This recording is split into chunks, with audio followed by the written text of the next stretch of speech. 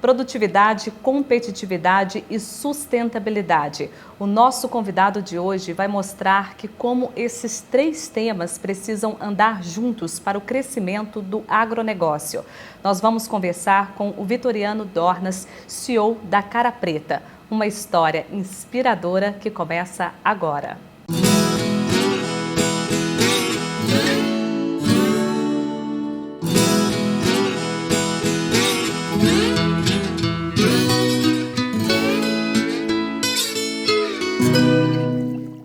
Vitoriano, seja muito bem-vindo aqui com a gente nos Mestres do Agro. Muito obrigado, é um prazer estar aqui com vocês. Você já me contou, missão e visão, produzir a melhor carne do mundo. Como? A nossa visão e missão é muito clara, como você falou. Para a gente produzir a melhor carne do mundo, a gente passa por diversos processos. Processos tecnológicos de produção e verticalização da cadeia. No nosso entendimento na Cara Preta, para a gente conseguir atingir essa melhor carne, a gente precisa controlar no detalhe todas as etapas do processo produtivo, começando lá na fazenda e indo até a indústria. E na fazenda, a gente foca todos os detalhes dos processos produtivos na qualidade da carne.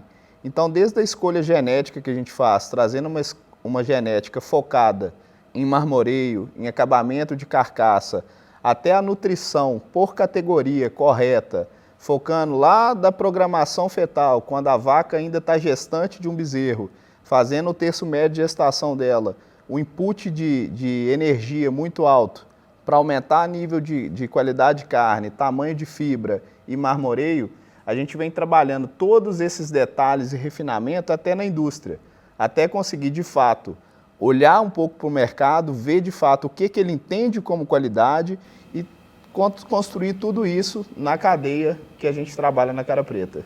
E daqui a pouco a gente vai voltar a falar dessa cadeia, mas o Vitoriano tem 6 anos de empresa, CEO, mudou de faturamento de 20 para 400 milhões, de 20 milhões para 400 milhões no Cara Preta. Como que isso foi possível?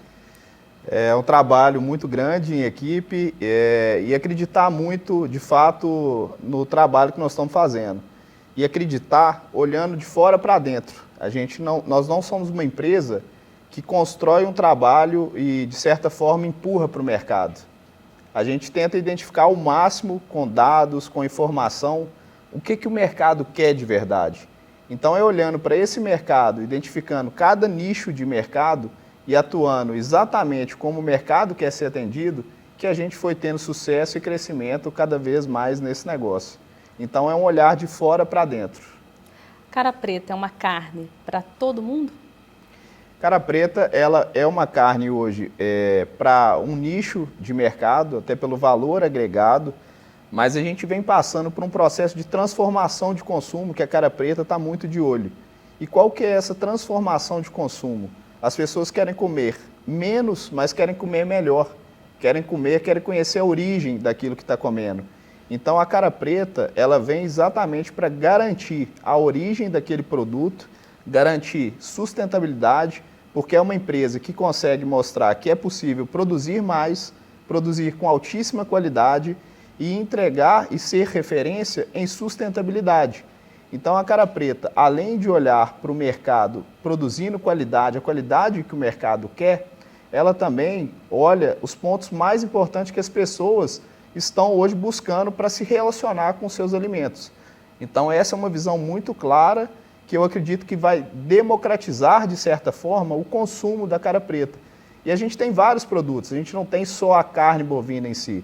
Então, a gente tem produtos hoje industrializados, que eu nem gosto de usar esse termo industrializados, mas que são carnes processadas, sem aditivos, sem temperos, muito numa linha mais natural, utilizando uma matéria-prima de alta qualidade, que são recortes que sobram, de certa forma, na indústria e que a gente processa para produzir linguiças, produzir hambúrgueres e que são produtos extremamente competitivos.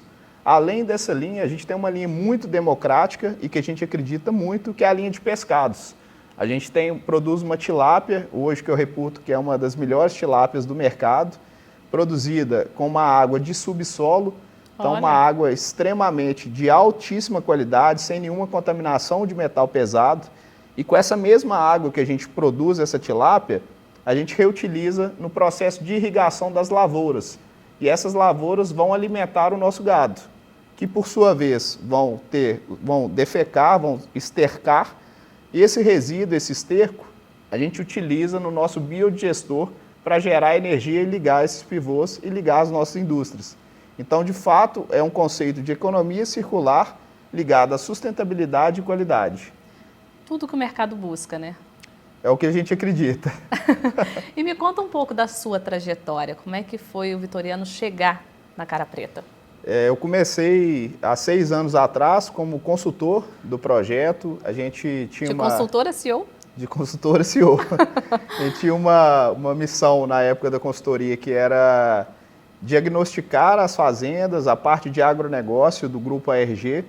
O grupo já tinha fazendas há mais de 50 anos na família, fazendas de pecuária tradicional, e a gente teve o desafio de entender como que a gente poderia gerar um projeto, desenvolver um projeto que gerasse valor econômico para o grupo. E através disso a gente começou a fazer conta e identificar que era necessário agregar valor. Então, ou seja, não só trabalhar no mercado de commodity, que é uma característica muito forte desse setor. Eu sempre trabalhei nesse setor de pecuária de corte, de carnes, e a gente foi muito focado no custo. Porque commodity, das formas de operar um sistema de commodity é ser eficiente em custo. E a gente olha muito pouco para a receita. E a gente precisava, de fato, olhar para a receita. E ser consultor, eu posso falar porque eu fui 8 anos consultor, é muito fácil. Às vezes a gente fala o negócio, mas fazer é diferente. E foi esse convite que eu tive dos sócios. Como é que foi essa diferença na prática? Foi extremamente desafiador, mas eu acho que, por outro lado, também acho que todo consultor ele tem um pouco das ânsias de executar, da execução. Porque às vezes a gente fica muito na fala, né, na diretriz, na ajuda da estratégia. E poder estar do outro lado. Iniciei como diretor de agronegócios do grupo e me tornei CEO. E o papel hoje, que é muito claro para mim, é exatamente liderar as pessoas numa transformação para gerar uma excelente execução e chegar no alvo. Então isso foi, para mim, muito, vamos falar assim, realizador realmente. Foi o que você desenhou, assim, né? Como que eu vou conseguir executar. Exatamente. E assim, a minha carreira eu sempre busquei muito. Eu sou médico veterinário de formação, mas eu busquei muito em MBA, especializações, pós-graduações que eu fiz ao longo da minha jornada, focar em gestão, olhar de maneira diferente. Então eu sempre vi resultados, sempre gostei muito de bolsa de valores, né? Sempre acompanhava DRE, resultado de empresas urbanas, empresas de outros setores. Isso me chamava muita atenção, que na hora que a gente estava no agronegócio, a gente estava olhando pouco como negócio, a gente tinha pouca comparação, o pessoal não falava em EBITDA, não falava em margem, não falava em diversos indicadores de fato que dão uma sustentabilidade para o negócio, porque para ser sustentável, você precisa gerar lucro. Uma empresa que não gera lucro, ela não é sustentável. Então, de fato, a gente precisava olhar para isso. E na minha carreira eu fui construindo, então, sempre essa visão de sustentabilidade econômica ligada à execução e liderança. Você se considera um bom líder? Falar da gente é muito difícil, né? É complicado falar da gente. Eu acho que eu brinco que eu tive uma sorte também, acho que todo mundo conta com sorte, né? De ter boas pessoas sempre no meu caminho. Então, não vou falar que eu sou bom ou que eu sou ruim. Eu posso falar que eu tenho boas pessoas que estão comigo hoje e que ajudam muito a gente construir essa história. Pelo que a gente já conversou aqui, o salto da Cara Preta foi gigante, assim, né? Primeiro que é uma marca muito nova, 2 anos, com uma força muito grande e com um salto em termos de faturamento estrondoso. Né? Como que foi elaborar essa meta junto com a equipe? Como que foi fazer a defesa de que nós vamos saltar de 20 para 400 e assim? Sem dúvida nenhuma, foi um desafio muito grande. Quando a gente começou a elaborar essas metas, a gente teve bastante... Não, peraí, porque eu estou imaginando, sério, eu fazendo parte da equipe, você falando assim, não, peraí, gente, nós vamos sair de 20 para 400. Isso. E pensando na cara de todo mundo, como? E isso foi ao longo dos anos, né? Isso foi muito construindo, vamos falar aí Em 4 anos. Em 4 anos, né? A gente foi construindo bem claro aonde a gente queria estar e como que a gente conseguiria chegar lá. Então a gente tinha algumas métricas, por exemplo, algumas lojas, espelho, o Supernosso, que é um grupo aqui mineiro, que foi o primeiro parceiro nosso, né? Ele teve um número que nos ajudou a nortear muito a estratégia. Ele vendia em 12 meses, historicamente, R$1 milhão de carne Angus. No primeiro ano de projeto, antes da Cara Preta, ele saiu de 1 milhão para 24 milhões. Como? Com as lojas Supernosso. Fazendo sinalização de loja, fazendo educação do cliente, então mostrando para o cliente que não existia só picanha, que existiam diversos cortes e que aqueles cortes podiam gerar uma experimentação e uma qualidade para ele inesquecível. Então a gente focou muito em marketing do cliente, em comunicar, educar, ensinar o cliente primeiro. A gente tinha uma dificuldade, antigamente o cliente, quando a gente começou no Supernosso, eu lembro de treinamento com a equipe, eu fui para o front treinar a equipe do Supernosso, e eu ia nas lojas e perguntava para o menino do caixa, o que é esse Angus? Por que ele é mais caro? Uhum. E às vezes ela falava, não, Angus é uma carne de búfalo. E às vezes não tinha ainda o entendimento. Então a gente focou muito nisso, até todo mundo da equipe de fato do Supernosso entender o que era o projeto, quais eram os diferenciais, quais eram os cortes. Então hoje, você vai do açougue do Supernosso até o caixa, todo mundo sabe da carne da marca Supernosso junto com a Cara Preta. Sabe falar dos atributos. E isso fez toda a diferença. Porque a partir daí a gente conseguiu disseminar a cultura primeiro na empresa e a empresa conseguiu ensinar e educar o cliente. Então a gente sinalizou loja com vídeos, passando vídeo da fazenda, mostrando todo o storytelling da marca, mostrando quais eram os diferenciais, por que essa carne era um pouco mais cara, então o que ela entregava de fato para o consumidor. E a partir daí, da gente ter clareza nesses números, a gente começou a enxergar no mercado, principalmente de varejo, quais eram as lojas que tinham perfil parecido no Brasil, para criar uma estratégia de fato de estar em lojas que tinham o mesmo perfil de público, que tinham o mesmo potencial para a gente poder replicar essa venda. E a partir daí a gente foi investindo em pessoas que foram agregando ao nosso time, tanto comercial quanto de trade marketing, para nos ajudar nesse mapeamento e, de fato, na execução de entrada nesses clientes. E a gente conseguiu mostrar para esses outros clientes que vieram depois, hoje a gente está em mais de 23 estados e em clientes extremamente estratégicos no Brasil. A gente conseguiu mostrar com racionalidade e número o que era possível fazer através do case Supernosso. Então isso ajudou a gente muito nesse crescimento. Que bacana. E nós somos muito gratos ao Supernosso também por causa disso. E a meta continua agressiva? Continua agressiva. Nós temos que atingir até 2024 um bi 224. Eita. E como que vai ser essa trajetória?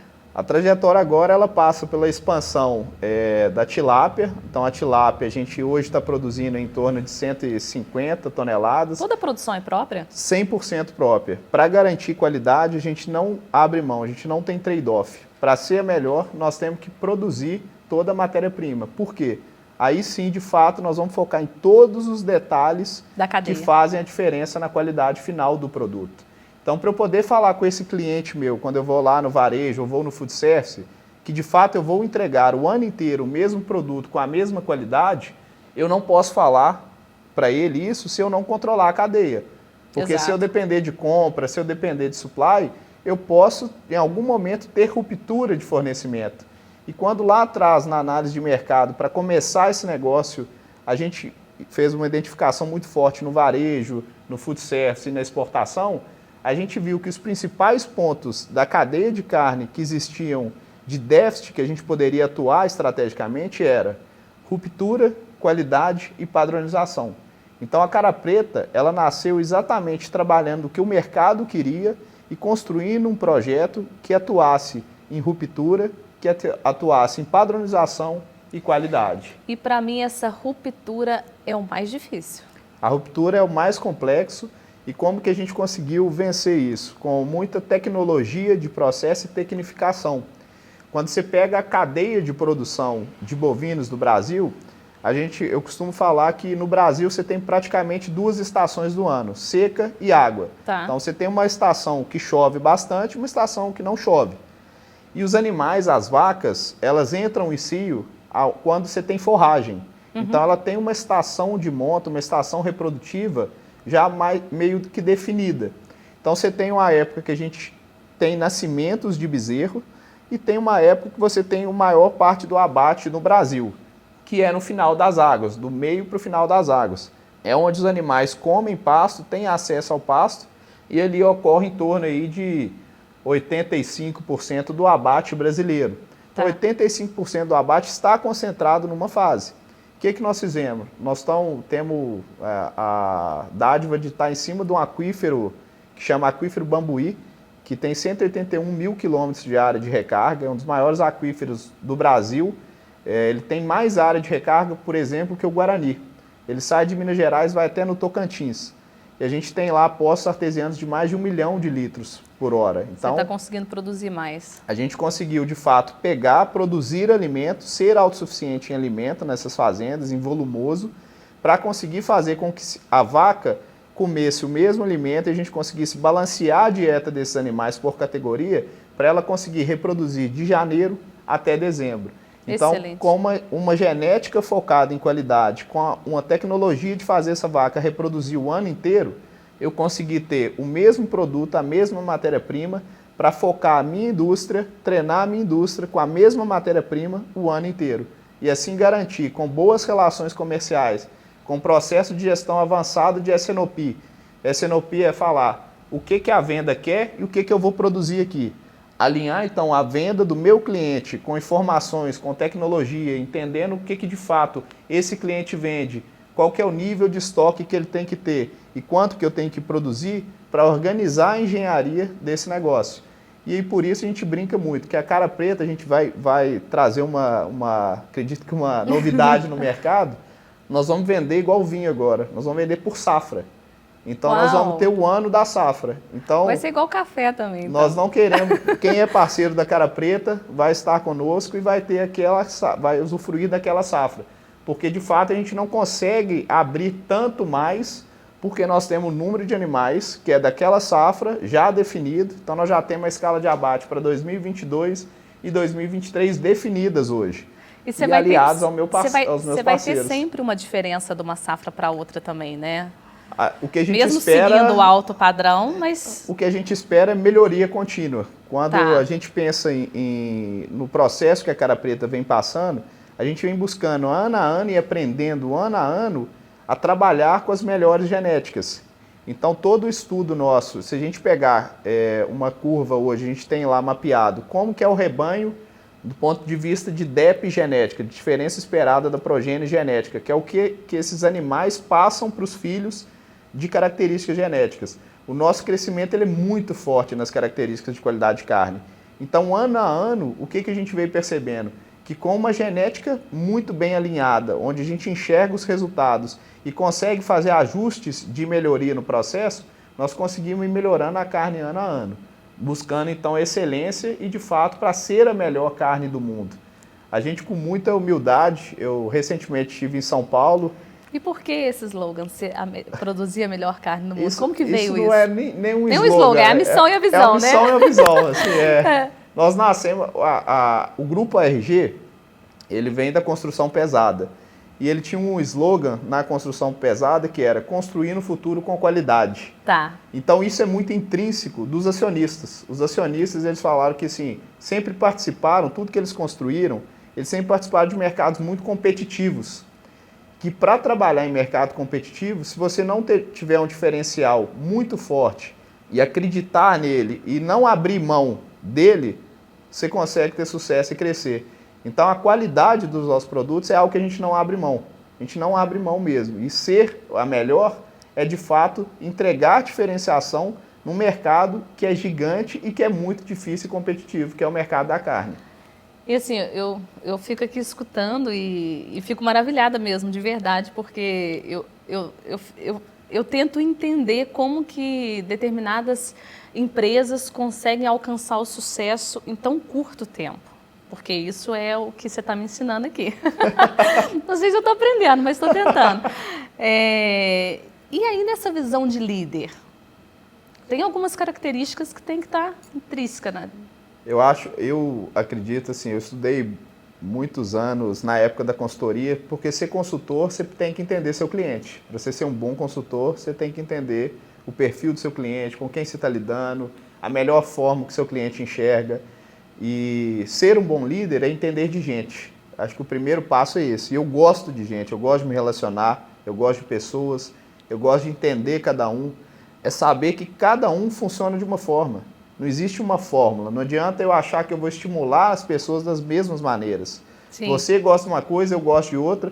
Eu sou motivado de um jeito, você é motivado de outra.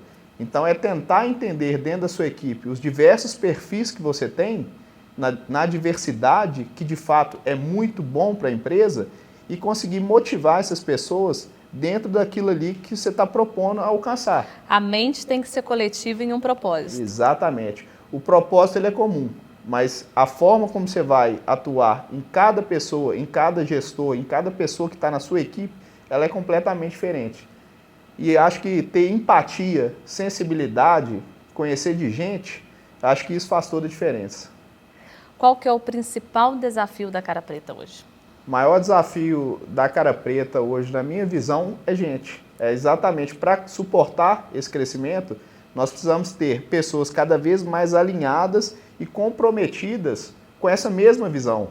Então a gente brinca lá que no planejamento estratégico nosso, nós temos todas as pessoas da empresa, lá do acionista até a recepcionista da nossa empresa, ela tem que saber aonde nós queremos chegar. Ela tem que saber o que nós vamos acontecer.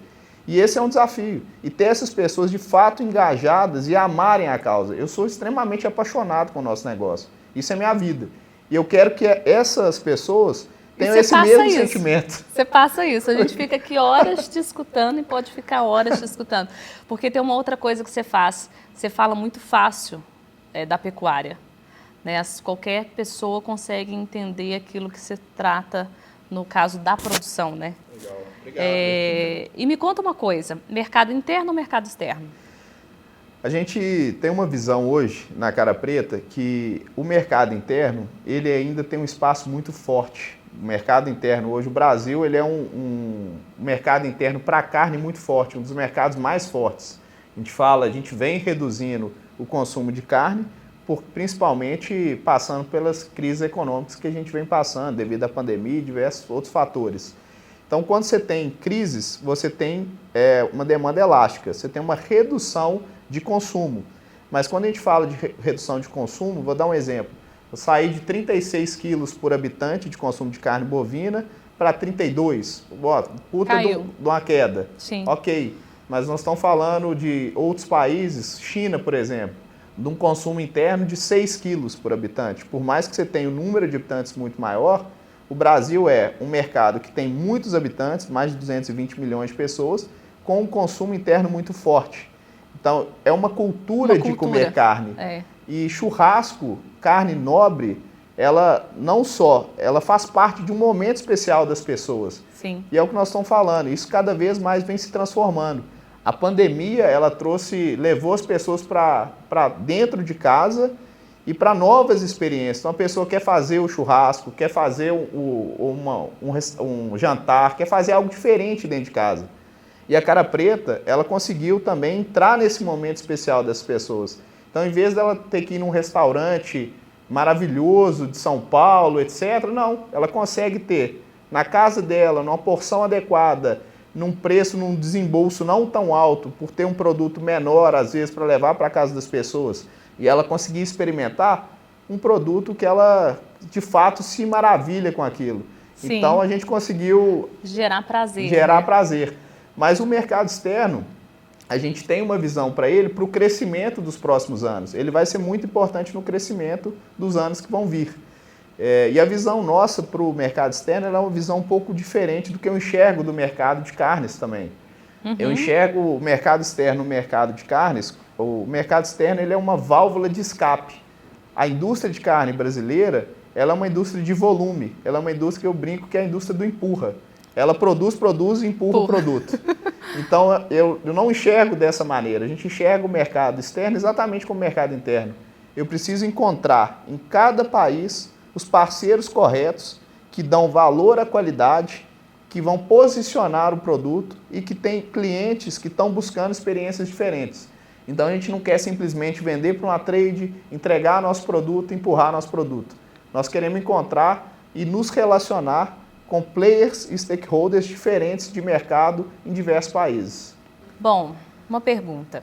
Desbravar esse mercado da qualidade, sair do commodity, foi algo desafiador também? Sem dúvida nenhuma, principalmente por os mercados às vezes não estavam tão preparados ainda como já estão mais maduros hoje, digamos assim. Então, como eu falei, as pessoas não sabiam o que era o Angus. Às vezes as pessoas achavam que Angus era até corte. Tem aquele corte ancho e as pessoas confundiam ancho, Angus. Então não tem um entendimento tão claro de qualidade de carne. Então a Cara Preta ela se deparou exatamente não só com o consumidor, mas com o próprio, às vezes, o comprador do varejo. Falaram, não, mas pô, eu estou comprando picanha de X, Cara Preta é X, mas por que essa carne é tão mais cara? Então passou por um processo de fato de ensinar as pessoas, mostrar, gerar experimentação para a gente conseguir construir esse caminho. Então, sem dúvida nenhuma, foi um desafio grande. Eu acredito que alguns movimentos de consumo ajudaram a Cara Preta. Então, a gente pega movimentos como do vinho, movimentos como do café, das cervejas especiais, que é exatamente o movimento das pessoas. A gourmetização, né? A gourmetização é consumir melhor, entender mais a história do seu produto. Então, eu, por exemplo, eu adoro pegar um vinho, saber aonde que ele foi produzido, como que ele foi produzido. E, de fato, isso me dá prazer ao experimentar, ao de fato, consumir esse produto. Então, a Cara Preta ela acabou também surfando essa onda da gourmetização que o Brasil vem passando. Vitoriano, conta pra gente como que as soluções da Prodap também vêm auxiliando aí nesse desenvolvimento da Cara Preta. Eu acredito assim, quem é apaixonado por tecnologia, por gestão, ela exatamente é apaixonado por tecnologia também. E a solução da Prodap, quando a gente pensa em pecuária, a gente pensa em ciclos longos. Qualquer atividade de ciclo longo, por si só, já tem uma complexidade de fechamento de resultados, de análise de informações, transformar esse dado em informação muito complexa. E as soluções que a Prodap vem trabalhando conosco na área de gestão faz com que, com o processo alinhado corretamente, esse dado transforme em informação rápida para uma boa tomada de decisão e para gerar resultado e sustentabilidade para o nosso negócio. Ou seja, ter dado, mas ter informação, né? Exato, é transformar o dado em informação. E a Prodap nos ajuda muito nisso. Você apontou para a gente todas as questões da sustentabilidade, da cadeia, de como vocês vêm fazendo isso, né, no campo. Isso é diferente de produtividade? É bem legal falar de sustentabilidade porque o que nós vimos na Cara Preta e a gente vem falando para todo mundo, demonstrando. A Cara Preta hoje, nas fazendas de bovino, por exemplo, a gente produz 125 arrobas por hectare ano. Tá. A média nacional são 6 arrobas por hectare ano. Então, o que a gente conseguiu demonstrar? Que é possível produzir mais em menor área. Ok, mas como? Produzir mais em menor área... Conta o segredo segredo para os produtores aí que eles querem saber. A gente passa por várias tecnologias. Uma delas, de fato, é o confinamento e os piquetões que nós temos alojados às vacas. Tá. Então, todos os animais nossos eles ficam alojados o ano inteiro, com dieta controlada, com muita tecnologia de automação de dados e informação, para a gente conseguir controlar custo, ganho de peso, conversão alimentar, para de fato ter um sistema bem adequado e colocar mais animais na mesma área. Tem a tecnologia da irrigação que nos permite produzir mais alimentos, ter uma produção alta de alimentos para alimentar esses animais. E a gente viu que ser sustentável é ser rentável. E como que a gente viu isso? Por exemplo, para o nosso confinamento gera muito dejeto. E dejeto nos diversos confinamentos é um problema. Sim. Para a gente é uma solução. A gente pega esse dejeto e joga para o biodigestor. No biodigestor, o que ele vai fazer? Energia ele limpa. vai fazer a energia, vai me gerar energia, mas também vai me gerar um resíduo que eu vou jogar na fertirrigação das minhas Perfeito. lavouras. Nós reduzimos mais de 17% o custo de adubação química nos nossos pivôs. Muito bom. E adubo químico na nossa operação, ele faz parte da curva A, ele é Pareto de custo de produção nosso. Então, ter essa redução de custo é fundamental no nosso negócio. Outro custo importantíssimo é o custo de energia elétrica. Então, quando a gente entra com esse biodigestor no sistema, a gente reduz muito o custo de irrigação, por exemplo. Então, a gente consegue ser sustentável, tratar da maneira correta o nosso resíduo e, com isso, ganhar dinheiro. Seu biodigestor já supre quanto de energia? Hoje nós estamos em torno aí já de quase 60% do suprimento de energias nossos das fazendas. E até final de 2022 para início de 2023, com outras tecnologias energéticas, nós vamos ser autossuficientes. Eita. Então a gente vai entrar agora com uma parte de energia solar. Nós acabamos de fazer um investimento na ordem de 15 milhões de reais na parte de energia solar, onde vai ser mais uma parte da matriz energética para dar sustentabilidade ao projeto. Não só na redução de custo, mas principalmente na estabilidade da nossa produção. Porque ficar sem energia numa produção tão alta como essa é um risco, uma perda de produtividade e um prejuízo muito alto. Então, a segurança energética alinhada a um baixo custo e com sustentabilidade, para mim, é perfeito. Bom, para crescer tem que ser ousado? Eu acho que tem que ser ousado, corajoso, mas principalmente tem que conhecer o caminho. Tem uma passagem do Alice no País das Maravilhas que eu gosto muito. Se você não sabe para onde ir, qualquer lugar serve. Então, tem que ter uma visão clara, uma missão clara, não abrir mão dessa missão e dessa visão, porque quando é muito claro para a equipe, eu acho que isso motiva e isso, de fato, faz com que você chegue no caminho. Você é um apaixonado pelo agro? Sou extremamente apaixonado pelo agro. Por quê? Eu acho que o agro, ele faz parte da vida de todo mundo, né? Se você, pessoa que acorda de manhã, toma um café, ela tá relacionando com agro. Ela come um ovo mexido, ela está relacionando com agro. Ela vai almoçar, ela está relacionando com agro. Então, o agro, ele faz parte das nossas vidas. E eu tive o prazer de, quando pequeno, crescer em fazenda. Todo final de semana eu saía de Belo Horizonte, ia para a fazenda de alguns familiares em Itaúna e passava o final de semana lá. E ali eu despertei uma paixão muito grande pelo campo. Gostava muito do campo. Aos 15 anos eu fui estudar na Universidade Federal de Viçosa, em florestal, na unidade florestal, fazer um curso técnico de agropecuária. E ali eu fui me profissionalizando e, de fato, vi que era aquilo que eu queria para a minha vida. Aí, a partir daí, fui fazer veterinária, depois do curso técnico de agropecuária, fiz veterinária e fui apaixonando cada vez mais com o agronegócio. Então, ela vem desde a infância e vem crescendo aí. Mas você tem um pé na roça e um pé na gestão, né? Tem um pé na roça e um pezinho urbano. Era o final de semana aqui, mas o final de semana na fazenda e a semana na cidade. Para se ter essa excelência na gestão, esse pé na roça foi importante? Eu acredito assim que a gestão, como que eu enxergo quando a gente fala de gestão? Quais são os pilares de gestão? Ele para mim é muito claro.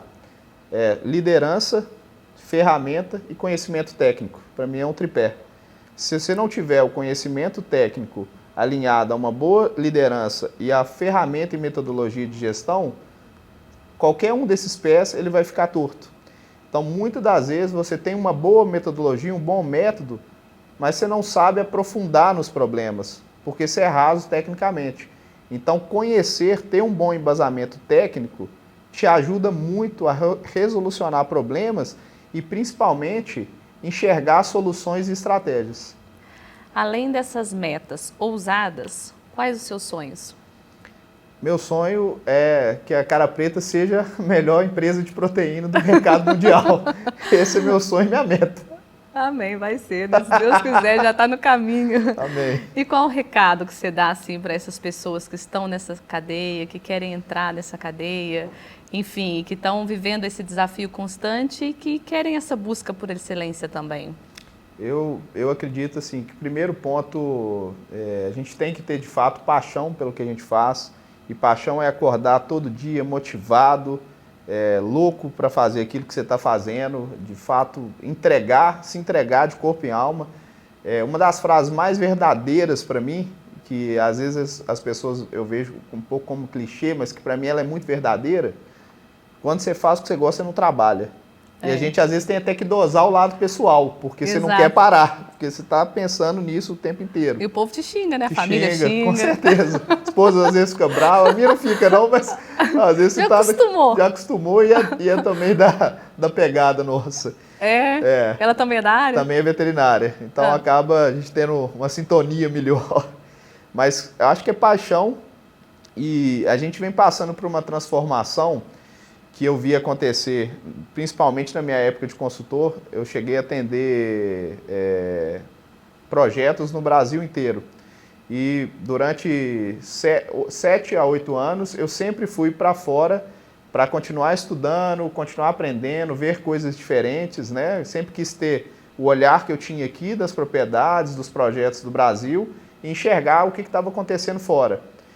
E a gente passa por um momento de transformação de gestão que antigamente, nenhum projeto de agro tinha dados, não conseguia ter dados. Hoje, o que a gente vê? Existem muito dado, já tem muitos dados, mas esses dados, nós estamos vivendo uma era que ele não está virando informação.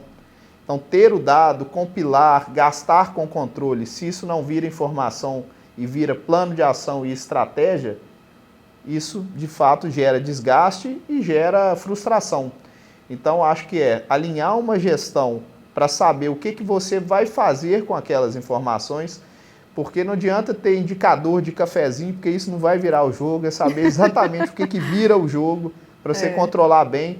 Menos é mais, é ter poucos indicadores, mas os indicadores corretos que vão te ajudar a nortear o negócio e, principalmente, buscar entendimento o máximo possível da cadeia que você está inserido, do início até o final. Porque é o olhar de fora para dentro que vai construir o resultado do seu negócio. Uma palavra para a gente fechar. Do agro. Sustentabilidade. Então é assim que a gente se despede. Muito obrigada. Adorei conhecer a sua história, realmente incentivadora, motivadora. Já obrigado. Quero colocar essas metas ousadas aí na minha vida daqui para frente. Muito obrigada pela sua participação aqui com a gente. Eu que agradeço e não basta ser Angus, tem que ser cara preta. Muito bem. Mais uma história inspiradora aqui no Mestres do Agro, onde podemos falar sobre conhecimento, produtividade, competitividade. Uma história que fala pra gente como que é bom a busca incessante por resultado com foco na gestão. Então, gente, compartilhe esse episódio para que mais pessoas possam também ter acesso a essa história inspiradora. Mestres do Agro, conhecimento que inspira o desenvolvimento.